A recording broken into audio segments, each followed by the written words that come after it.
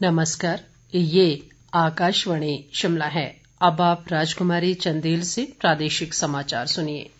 राज्यपाल बंडारू दत्तात्रेय ने जनजातीय क्षेत्रों में बड़ी संख्या में टेलीमेडिसिन केंद्र स्थापित करने पर बल दिया है।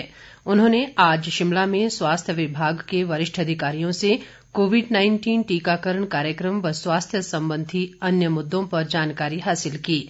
राज्यपाल ने कहा कि केंद्र सरकार द्वारा प्रदेश को पर्याप्त मात्रा में कोविड वैक्सीन उपलब्ध करवाई गई है और टीकाकरण अभियान का पहला चरण सफलतापूर्वक संपन्न हो गया है।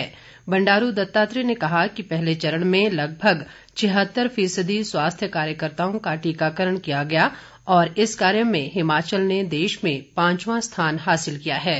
कांगड़ा जिले में फतेहपुर विधानसभा क्षेत्र से कांग्रेस विधायक सुजान सिंह पठानिया का आज सुबह निधन हो गया। वे 78 वर्ष के थे और पिछले कुछ समय से बीमार चल रहे थे। सुजान सिंह पठानिया 7 बार विधायक चुने गए और 2 बार कैबिनेट मंत्री, 1 बार राज्य मंत्री बने। उन्होंने वर्ष 1977 में पहली बार जनता पार्टी से चुनाव लड़ा और वर्ष 1980 में कांग्रेस पार्टी में शामिल हुए। राज्यपाल बंडारू दत्तात्रेय और मुख्यमंत्री जयराम ठाकुर ने सुजान सिंह पठानिया के निधन पर शोक व्यक्त किया है। राज्यपाल ने कहा है कि समाज कल्याण की दिशा में सुजान सिंह पठानिया द्वारा किए गए कार्यों को हमेशा याद रखा जाएगा।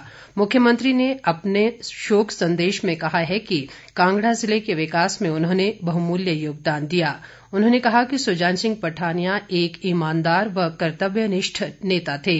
भाजपा के राष्ट्रीय अध्यक्ष जगत प्रकाश नड्डा, केंद्रीय वित्त राज्य मंत्री अनुराग ठाकुर, पूर्व मुख्यमंत्री प्रेम कुमार धूमल, वीरभद्र सिंह, विधानसभा अध्यक्ष विपिन परमार, शहरी विकास मंत्री सुरेश भारद्वाज, प्रदेश भाजपा अध्यक्ष सुरेश कश्यप, कांग्रेस अध्यक्ष कुलदीप राठौर, पूर्व मंत्री कौल सिंह ठाकुर, पूर्व संसदीय सचिव रोहित ठाकुर व कांग्रेस सेवादल के प्रदेशाध्यक्ष अनुराग शर्मा सहित अन्य नेताओं ने भी सुजान सिंह पठानिया के निधन पर शोक जताया है।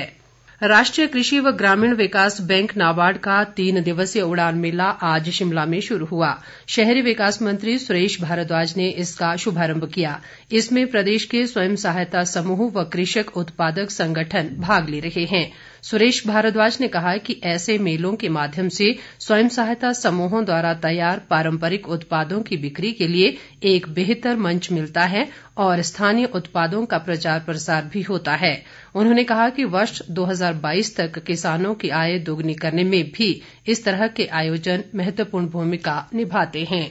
उद्योग मंत्री बिक्रम ठाकुर ने कहा है कि केंद्र सरकार ने कृषि मंडियों को आधुनिक बनाने का संकल्प लिया है और इसके लिए बजट बढ़ाया गया है।